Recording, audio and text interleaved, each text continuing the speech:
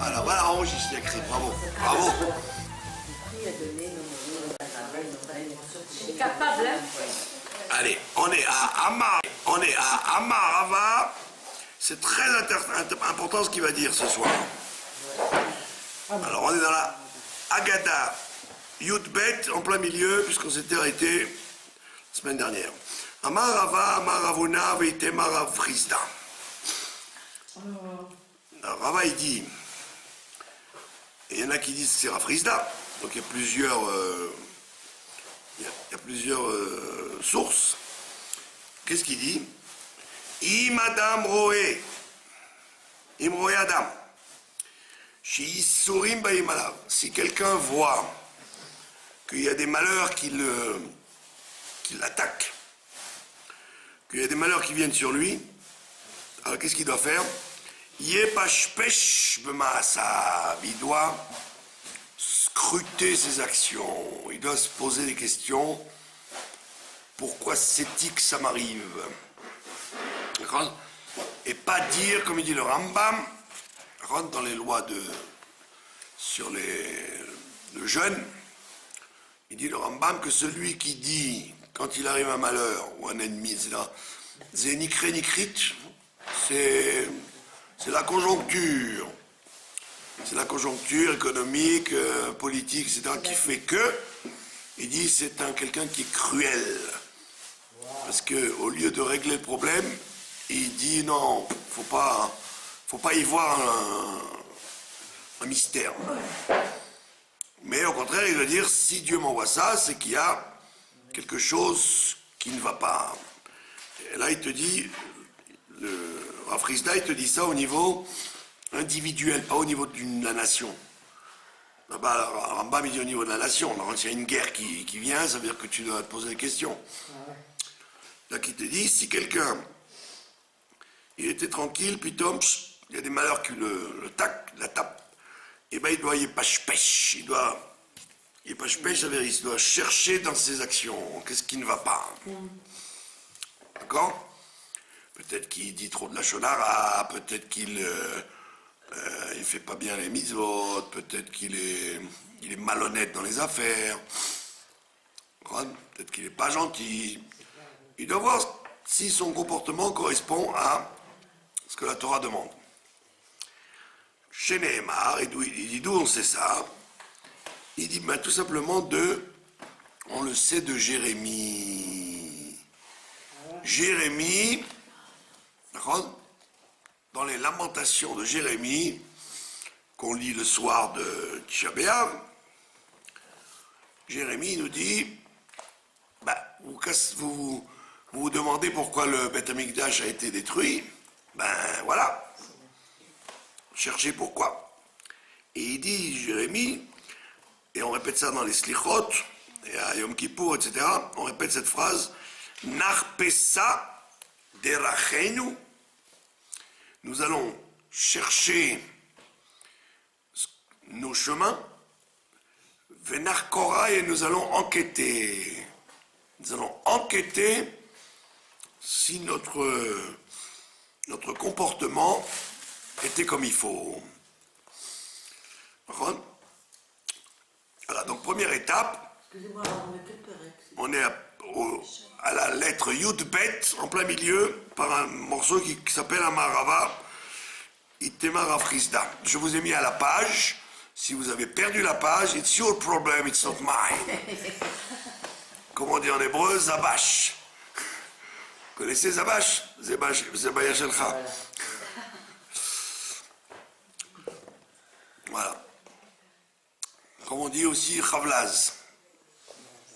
Chaval Alazman. C'est dommage que vous perdiez votre temps quand je vous ai mis le papier. J'ai fait comme à l'école, j'ai mis dans chaque livre le papier à la page. Pour être sûr que vous trouviez facilement. Donc il te dit, Pishpesh b'ma'asav. Donc il a, le pashpesh ça veut dire fouiller, Ron. Ça veut dire fouiller, c'est comme quand vous cherchez dans votre sac. Vous dites, mais je suis sûr que j'avais mis là-bas la clé de la maison. Alors vous cherchez, vous soulevez tout ce qu'il y a dedans. Ça s'appelle le pêche-pêche. Les pêche-pêche, c'est fouiller. Ouais, mais ça veut dire pas fouiller au hasard. Fouiller en sachant qu'il y a quelque chose, c'est sûr que ça y est.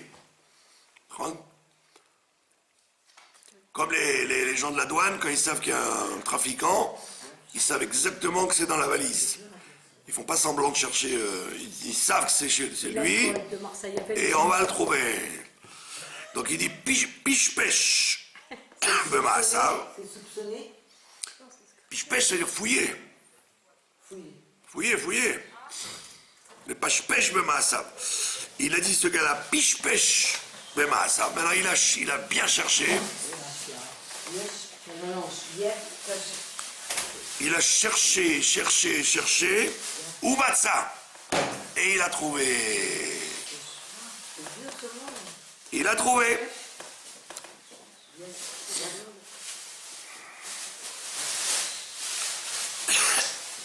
Il y a le marché aux puces à Tel Aviv, il s'appelle Chouk Peshim. Le marché aux trouvailles. Donc il dit, il a cherché, il a vraiment bien cherché dans ses souvenirs, qu'est-ce qui ne va pas dans son comportement, ou Matzah. Et il a trouvé quelque chose. Il dit, ah ouais, je dis beaucoup de la shonara, j'arrête pas de dire la shonara.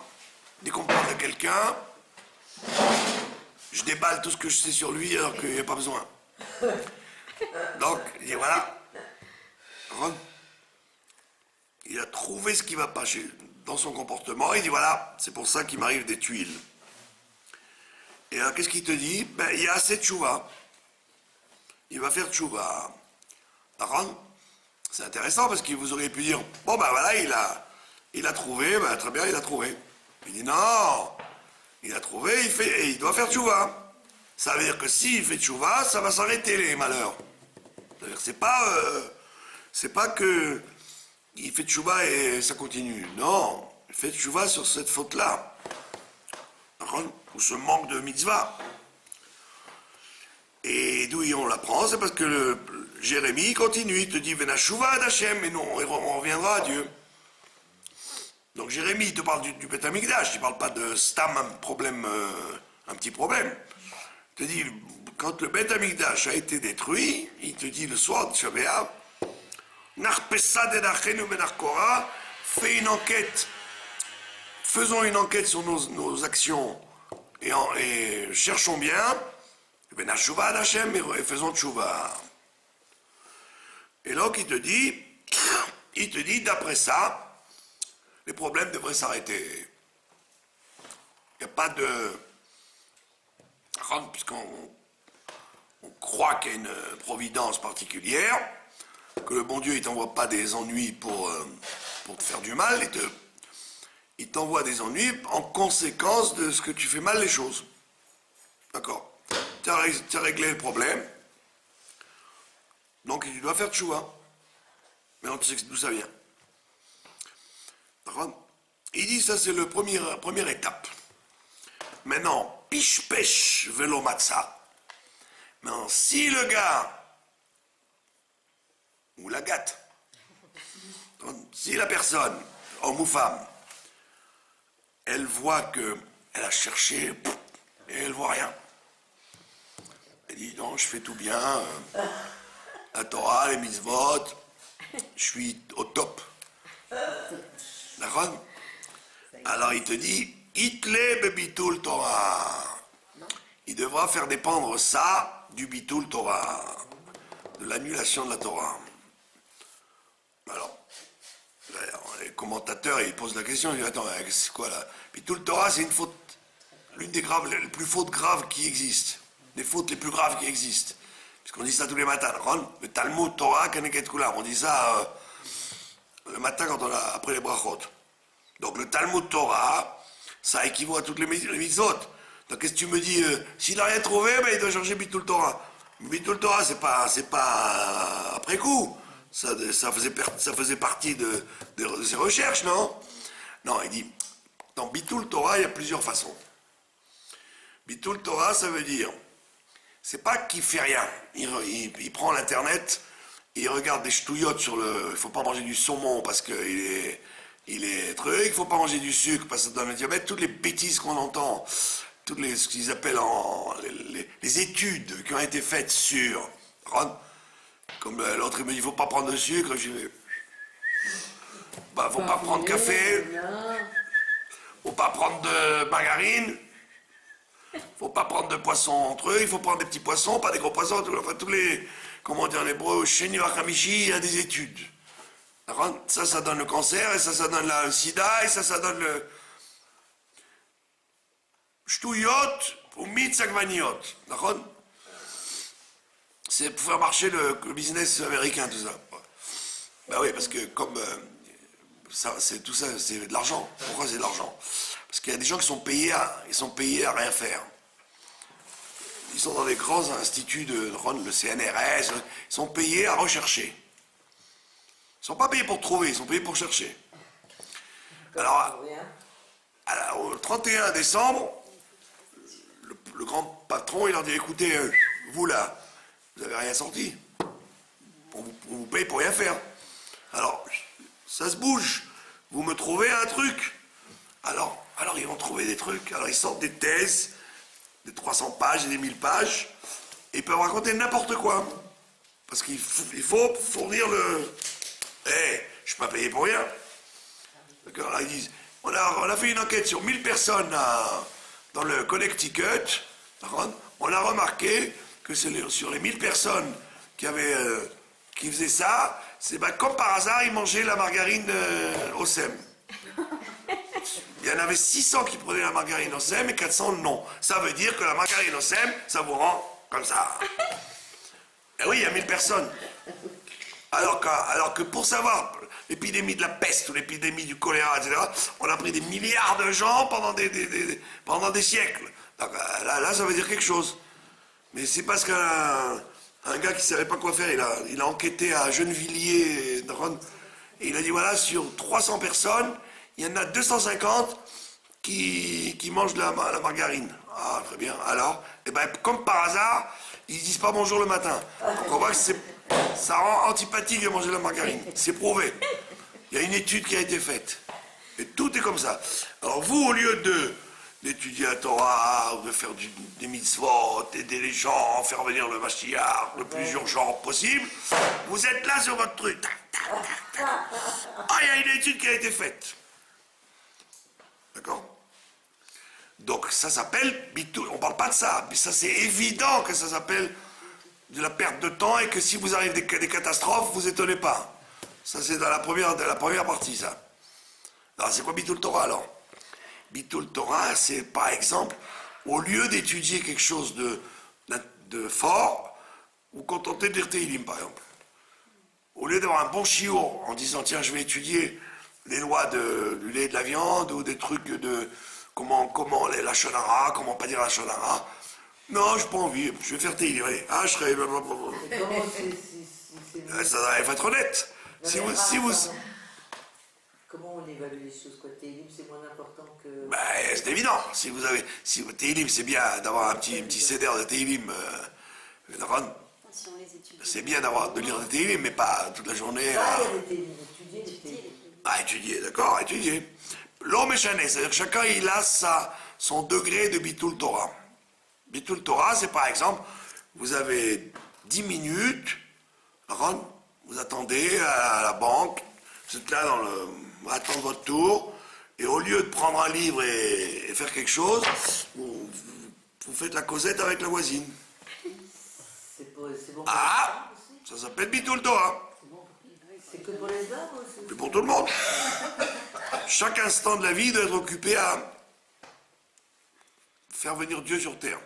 À moins que vous parliez du Mashiach ou parlez de... Voilà, si vous êtes actif, d'accord? Eh oui, si vous êtes actif, c'est très bien. Mais si vous blablablez, c'est différent. Donc on te dit, ça c'est Bitul Torah. On ne parle pas du cas de celui qui n'étudie jamais. C'est évident que celui-là, ça fait partie de le pêche. Une fois qu'il a dit, j'ai des shiurim, je suis sérieux, et j'ai pas trouvé.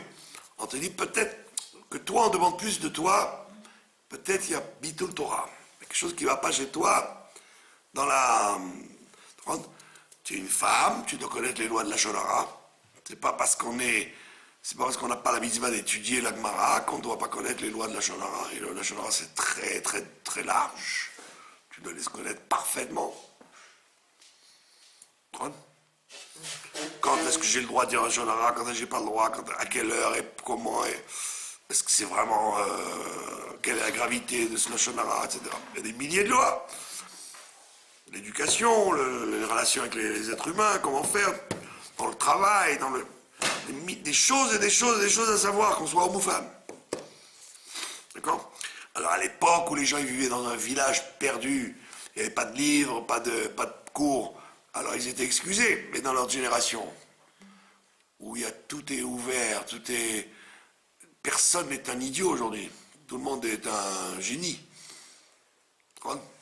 Celui qui veut, il peut être un savant.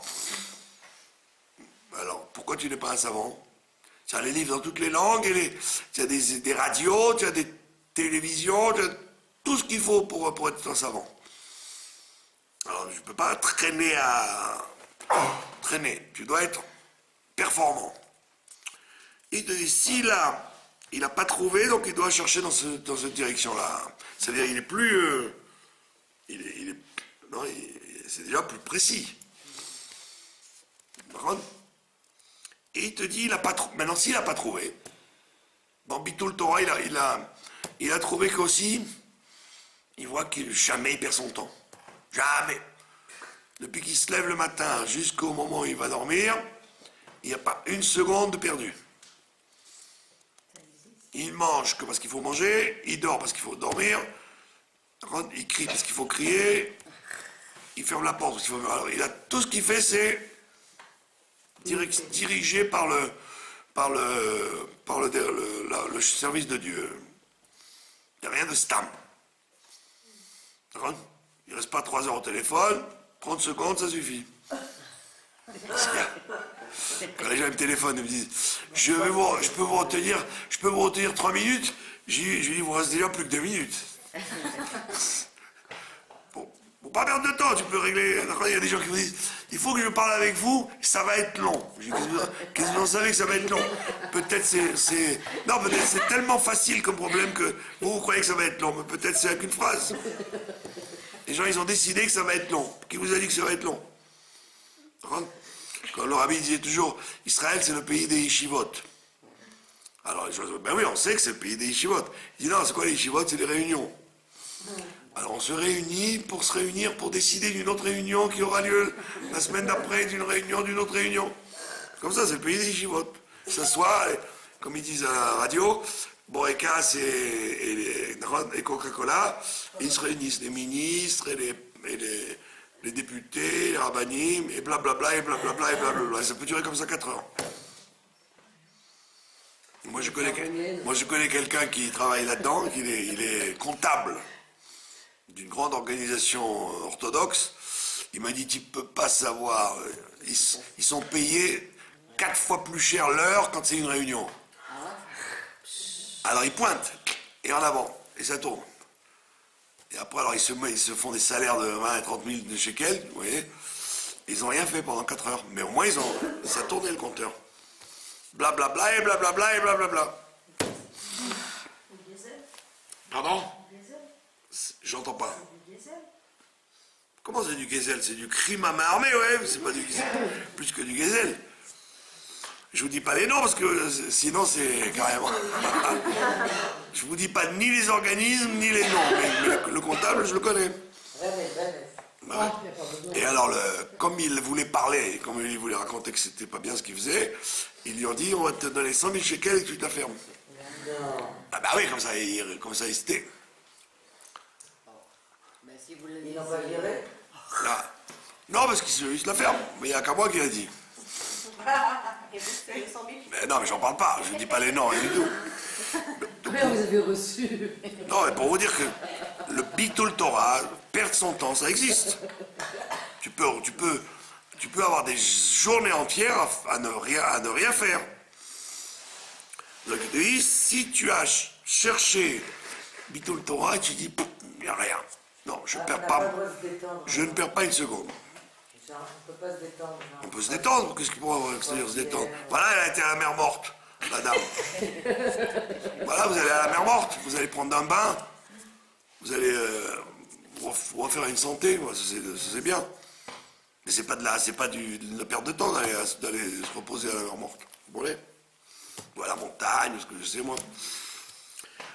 Un créteil. Alors on vous dit, il doit accrocher ça au Bitul Torah. D'accord? Comme c'est écrit dans Tehilim, le Tehilim 94 qu'on dit le mercredi, El Nekamot Hashem, El Nekamot Afia. Qu'est-ce qu'il dit là-bas? Ashrei Hagever, heureux l'individu, Asher Teyasrenouya, que Dieu il fait souffrir, ou Mitoratrat Amdenu, et de ta Torah, il va apprendre. Ça veut dire qu'il va relier la souffrance qu'il a au fait que la Torah, il n'a pas appris comme il faut. D'accord? Ce qu'on appelle Bitul Torah, là, comme le Chafetz Chaim, il raconte l'histoire que je vous ai racontée 3000 fois, qu'il y avait un riche, il avait un malade. Il est venu voir le Chafetz Chaim, dans sa yeshiva, il a dit, j'exige, que toutes les yeshivas elles lisent Tehillim pour le malade. Je veux. Et je paye. Il a payé, il est parti. Et il est arrivé à l'improviste, et il rentre dans le Beth Midrash, et il voit tout comme d'habitude. Les gens, ils étudient normalement. Et il y avait rien qu'une nouveauté, il y avait une salle vide qui était devenue pleine de vieux qui lisaient Tehillim. Alors il appelle Chafetz Chaim, en colère. Il dit, c'est quoi ça? Je vous ai donné une grosse somme d'argent pour lire Tehillim, mais je vois qu'il n'y a que les vieux là qui lisent Tehillim. Qu'est-ce que c'est que ça? Où sont les autres? Chafetz Chaim, il lui dit, écoutez, on n'a pas l'habitude de prendre de l'argent pour rien. Commencez pas à monter sur vos grands chevaux. Je vais vous expliquer. Je leur ai dit aux élèves, je leur ai dit, il y a quelqu'un qui est malade. Alors il va falloir étudier plus sérieusement. Pas lever la tête du livre. Être très sérieux parce qu'il y a un malade. Donc vous allez étudier mieux que d'habitude pour que le malade guérisse. Et ils ont fait comme ça. Et maintenant, comme ils ont étudié plus sérieusement, ça a fait venir automatiquement des gens qui ne faisaient rien dans les cafés, etc. Et qui ont dit, tiens, ben, on va faire quelque chose, on va venir au Beth Midrash. Et je leur ai dit, ben, vous savez pas étudier, ben, prenez Tehillim. Vous allez lire Tehillim pour le malade. Donc le fait d'avoir augmenté le sérieux, ça a attiré des gens à venir étudier, à devenir les Tehillim. Donc c'est-à-dire, Bitul Torah, ça ne veut pas dire ne rien faire. Ça veut dire faire quelque chose qui n'est pas au niveau maximal. Un niveau maximal. De se casser la tête quand on n'a pas envie de se casser la tête. Vous le dites, on peut plus se détendre. Comme si c'est en disant du Lachon Hara qu'on est censé se détendre. C'est grave si vous pensez qu'il faut, comme ils disent les Algériens, un peu pour Dieu, un peu pour moi et un peu pour Dieu. Vous connaissez ce proverbe? Un peu pour moi et un peu pour Dieu. Ça veut dire, mon Dieu, il veut pas tellement que tu... Donne-lui que la moitié, il se contentera de ça. C'est un proverbe de Picorsoute, ça. C'est un peu pour Dieu, un peu pour moi. Toi, tu dois être tout pour Dieu. Ça veut dire, tu as un peu pour Dieu, un peu pour moi. Vous avez compris? Donc les gens, ils disaient des proverbes sans se rendre même compte que c'est carrément comment on appelle ça, de la négation. Donc, Bekitso, tu te sens fatigué, et ben fais quelque chose de moins profond. Mais ne fais pas des choses interdites. Comme le monsieur qui dit au rabbi, voilà, j'ai beaucoup de mal à étudier. Je sens que des fois j'ai envie de ne pas étudier, de rien faire. Le rabbi il dit, il n'y en a pas question. Et si tu sens que tu ne peux pas étudier, ben, il dit, prends ça. Point Ignakov. C'est agréable, quoi. C'est un truc facile à lire. C'est pas difficile comme les Gemarot normales. Il prend ça ou lit des histoires chassidiques. Mais faire autre chose d'interdit à la place, bah plutôt. Jamais je vais te dire, tu t'ennuies, bah regarde Internet. D'accord? Bah, sauf si c'est un chiour ou un truc pour approcher un juif. Donc il te dit, si tu as vu que tu as cherché, et tu n'as pas trouvé pourquoi tu as des malheurs, tout va bien. On dit, ben, relis ça avec Bittul Torah, peut-être Bittul Torah. Ron? Pourquoi vous voyez? C'est dur d'être... Quoi? C'est rabâché? Ouais. Ben ouais, c'est comme ça. Mais même quand vous êtes à table le Shabbat, Ron, vous êtes à table le Shabbat toute la semaine, les gens ils disent, tiens, je suis fatigué, je vais aller prendre un café chez Angel avec un gâteau. Voilà, ils vont prendre un café chez Angel avec un gâteau. Et qu'est-ce qu'ils font là-bas? Qu'est-ce qu'ils font? À quoi passer le quart d'heure ou la demi-heure? À papoter de ch'touillotte. Si c'est pas la Shonara, carrément. Alors on te dit, t'étonne pas. Par exemple, il y a écrit que les gens qui disent la Shonara, ils ont des problèmes d'eau. D'eau. D'eau, de l'eau. Ils ont des fuites, ou alors ils ont des tuyaux qui pètent, ou des inondations. Pourquoi? Parce que comme leur bouche, elle a une incontinence verbale, ils n'arrivent pas à s'arrêter de parler, alors là, on leur montre qu'il y a des éléments extérieurs pour leur faire signe. C'est le problème d'eau. Comme les gens qui ont de la haine, par exemple, ils ont des problèmes de feu, par exemple. Feu! Ils ont des incendies, oui. Donc ça veut dire que tu peux être mes pêche. Vous avez compris? Vous me dites, on répète, mais ça fait... Depuis mon cher Rabbeinu jusqu'à aujourd'hui, on répète les mêmes choses. C'est toujours les mêmes choses qu'on répète. Donc il te dit, et d'où je sais que c'est le Bittul Torah qui est la cause, parce que c'est écrit, heureux soit l'homme que Dieu fait souffrir. Umitoratrat elamdenu. Umitoratrat elamdenu. Et de ta Torah, il doit apprendre. Voilà. Alors maintenant, regardez la suite de l'histoire. Ve'im tala velo matzah. Maintenant, si cet individu, donc il a tout fait, il a tout vérifié, et il n'a pas compris pourquoi il a des malheurs, alors il dit, Beyadoua chez Isurin chez Lava. Il dit, c'est sûr que c'est des malheurs qui sont dus à l'amour que Dieu lui porte. Isurim chez Lava. Donc s'il a tout vérifié, et malgré tout, les malheurs continuent à s'abattre sur lui, il doit dire que c'est des malheurs dus à l'amour de Dieu. D'accord? C'est le niveau de tzaddik. Pardon? Qui aime bien, châtie bien. Chez Nehemar, et comme il dit le roi Shlomo, qui est Asher Yehav Hashem Yochiach. Parce que celui que Dieu aime, il le réprimande. Qui aime bien, châtie bien. D'accord? Alors, ça c'est la première comment on appelle ça, citation, c'est Rav Frisda. Maintenant, Rava, il vient, il intervient, il dit, oh là là, oh là là, oh là là, ça va pas du tout ça. Ça va pas cette histoire. Il dit d'abord, Amar Rava, Amar Rav Srora, Amar Ravuna, Kol Shakadosh Baruch Hu Chafetz Bo Mais Dak'o Beisourin, oui, non, excusez-moi, ça confirme. Il dit, toute personne que Dieu aime, il va le martyriser avec des malheurs. Parce que Dieu l'aime.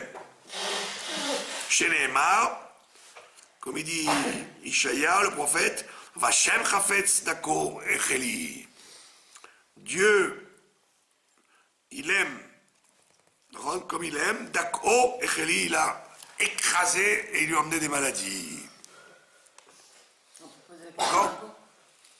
Non, c'est-à-dire que lui, il te dit, c'est le processus classique. Tu vois des malheurs arriver, vérifie ton comportement. Tu n'as rien trouvé, tu as bien cherché, tu n'as rien trouvé. Prendre piche-pêche, c'est-à-dire que tu as fouillé. Tu as fouillé comme un douanier qui cherche la drogue. Pas tu as cherché comme ça, bon, qu'est-ce qu'il y a, ouais, globalement ça va. Non, tu as fouillé dans tous les détails. Tu dis, je sais pas, je fais tout bien. Je comprends pas. Eh ben alors, Bitul Torah. Bitul Torah, ça veut dire que tu fais pas. Tu ne vas pas au mieux de ta capacité dans la Vodat Hashem. Le manque de connaissances. Pardon? Manque de connaissances. Non, manque de sérieux. Tu fais des choses un peu trop rafif, comme on dit. Rafifnik. D'accord? Comme l'autre fois, les gens ils m'ont dit, je comprends pas, dans vos cours, il n'y a rien à manger. Il m'a dit, dans tous les cours où je vais, il y a Farbason, ce qu'on appelle, c'est-à-dire du thon, des thons, des crackers, un peu de vodka. On peut pas se concentrer. Je lui dis, moi j'ai beaucoup de mal à transformer un chiot en Farbringen. D'abord il faut un budget, toutes les semaines, et puis en plus Il faut lui dire qu'il a c'est embêtant pour le Hametz d'abord, si tu mets du Hametz dans les livres, et puis en plus c'est pas un chiot, après c'est un nam. Et mais il me dit, mais il y a plein de cours comme ça. C'est vrai, il y a plein de cours. Il y a un type, l'autre fois, il m'a dit, ah, j'étais un chiot de Chassidout, je sais pas dire qui. Ah, j'ai dit, c'était bien. Il m'a dit, il y avait un thon. Un thon fumé. Ah, j'ai dit, c'est ça que tu as retenu du chiot. Mais le thon fumé. Je lui ai dit, et le chiot, il était intéressant. Je lui ai dit, oui, non, mais c'est tout le thon fumé. Ça devait être chez Avias. Moi, j'arrive pas. Non, je veux dire, ça va, c'est pas 10 heures d'affilée, c'est 1 heure à suivre. Par contre, déjà, le matin, avec tous les ascarottes qu'il y a, on n'arrête pas de manger. Donc, Bekitso, tu dois dire peut-être que ma façon d'étudier n'est pas comme il faut. C'est-à-dire, je réponds au téléphone, comme il dit le rabbi, c'est comme le Shabbat. Shabbat, tu réponds pas au téléphone. Le moment où tu dis la Torah, c'est comme Shabbat. Pas de téléphone. Les gens me disent, pourquoi vous n'avez pas de téléphone? Je dis, pourquoi faire? Pendant le shiur, je ne répondrai pas. Pendant la tfila, encore moins. Pendant que je mange, qui se débrouille? Qu'est-ce qui reste? Pourquoi faire un téléphone? Pour qu'on me casse les pieds? L'autre fois, il y a quelqu'un qui me téléphone, il me dit, c'est pour donner une trouma. On est bon, il me dit, allez, retiens la tête trouma, la yeshiva. Alors je lui dis, t'as beau la yeshiva? Il me dit, t'as le droit de dire que trouma? J'ai dit, non. Il me dit, mais attends, mais Seder? J'ai dit, oui, il dit, mais Seder, si tu veux lui donner une trouma, tu vas me téléphoner. C'est qui on a avec artissage. Mais laissez-moi tranquille, c'était un type, il voulait mon compte en banque pour peut-être me faire une enquête, ouais. Mais Kitsour, tu dois te dire, attends, pourquoi est-ce que quand j'étudie ou est-ce que je traîne? Quand je fais les mitzvot, je fais khafif ou pas khafif? D'accord? J'avais un élève à Paris, il avait un beau-père qui avait un magasin d'appareils ménagers. Un gros magasin à Boulevard Magenta. Très gros chiffre d'affaires. Pardon? Darty. Comme Darty, ouais. Plus que Darty. C'était un très gros truc. Et lui, c'était le gendre. Alors il me dit, je suis très embêté le Shabbat parce que mon beau-père, il a beaucoup de mal pour le Shabbat. Alors ils éteignent la télé, d'accord, pour le kidouche. Mais pendant le kidouche, alors lui il fait le kidouche, le gendre, voyez le roulage chamaï, et le beau-père, tu as envoyé le frigidaire à Marjon? Et il arrête après. Eh, vous avez livré Carrefour? Et, bon, hein, de Kadesh et Shabbat. Vous avez... Il il a la tête qui gambergeait 24h/24 sur le travail. Moi, je m'exprime. Alors c'est pas évident quoi, pour un genre d'être dans des conditions comme ça. Donc lui, le monsieur, que Dieu le bénisse. Mais il y a des gens, même si quand ils font qu'ils douchent, ils sont en train de penser au magasin. Donc ils ont beau être chômeurs Shabbat, mais ils sont dans la tête ailleurs. Donc il dit peut-être que quand tu fais les mitzvot, tu fais pas les mitzvot comme il faut. Donc réfléchis à... Il y a écrit dans la Chassidoute que quand tu fais la mitzvah, tu devrais sauter en l'air de joie, que Dieu t'ait choisi pour faire les mitzvahs. Il n'y a pas tellement de gens qui se sautent en l'air, hein. Il y a plein de gens qui disent oh là là, j'ai des choses à faire, vite, il faut que je me dépêche. Bon, je parle pour moi, hein, tout le monde fait ça. Arrêtez, si tu as des problèmes, t'étonne pas. Cherche la raison. Il dit, tu n'as pas trouvé la raison. Tout va bien. Bitul Torah, on a vu. C'est pas Bitul Torah, c'est parce que Dieu il t'aime. Il t'envoie des trucs sur la tête parce qu'il t'aime. D'accord? Il y a il dit, attends, il y a un problème là, il y a un bug. Tu vas me dire que quelqu'un, il aurait reçu des malheurs sur la tête sans les avoir acceptés par amour. C'est-à-dire que le gars, il a dit que c'est des malheurs, donc c'est pas par amour, ça lui plaît pas. Donc tu es en train de m'expliquer que peut-être que Dieu l'aime, donc il lui envoie des malheurs, et tu veux me dire qu'il aurait reçu des malheurs sans amour, sans le faire volontairement. Talmud Lomar, et il te dit c'est impossible que quelqu'un recevrait des malheurs par amour de Dieu si lui-même il aime pas ça. Il n'est pas d'accord. D'où je le sais, il y a écrit Im tassim hasham nafsho. Si tu mets, c'est toujours le Isaïe qui continue, Im tassim hasham nafsho. Si tu mets le sacrifice de responsabilité sur son âme. Il dit comme un sacrifice de responsabilité, ça se fait en toute connaissance de cause, parce que tu viens en Beth Amikdash avec ton animal, et tu dis au Kohen, voilà, c'est un animal pour une faute. Je viens pour ça. Donc tu l'as voulu. Tu es venu avec. Il dit la même chose, même les malheurs doivent être voulus. Donc il dit, ton histoire de dire que s'il n'a pas trouvé, c'est parce que c'est des malheurs que Dieu lui envoie parce qu'il aime, ça ne peut être valable que si il est d'accord avec ça. S'il est d'accord de recevoir les malheurs par amour de Dieu. Oui, qui blâme, et si il a accepté, d'accord, Masraro, quel serait son salaire? Disons qu'il a accepté. Quel serait son salaire à celui-là? Il te dit, Yireh Zera Yarich Yamim, il verra tous ses enfants vivre longtemps. Il aura des générations qui vont lui durer longtemps. S'il n'a pas d'enfant. Pardon? S'il n'a pas d'enfant? Je sais pas. En plus aujourd'hui, avant il y avait beaucoup de mortalité infantile à l'époque. Et beaucoup de mortalité infantile. Moi, ma grand-mère ou ses sœurs, elle racontait des trucs, ils ont perdu 3, 4, chacune a perdu 3, 4 enfants, quoi. C'était classique. Il y avait des services très mal faits, quoi, au niveau de la... Et ça ne les dérangeait pas, tu vois.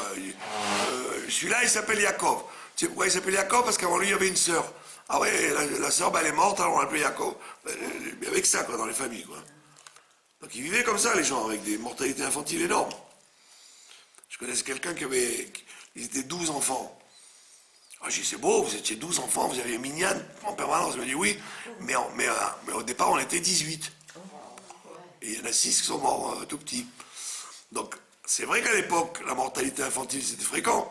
Donc, quand il te dit que tu vas voir tous tes enfants vivre longtemps, aujourd'hui, c'est pas au Hachem, c'est un... Le niveau de la bataille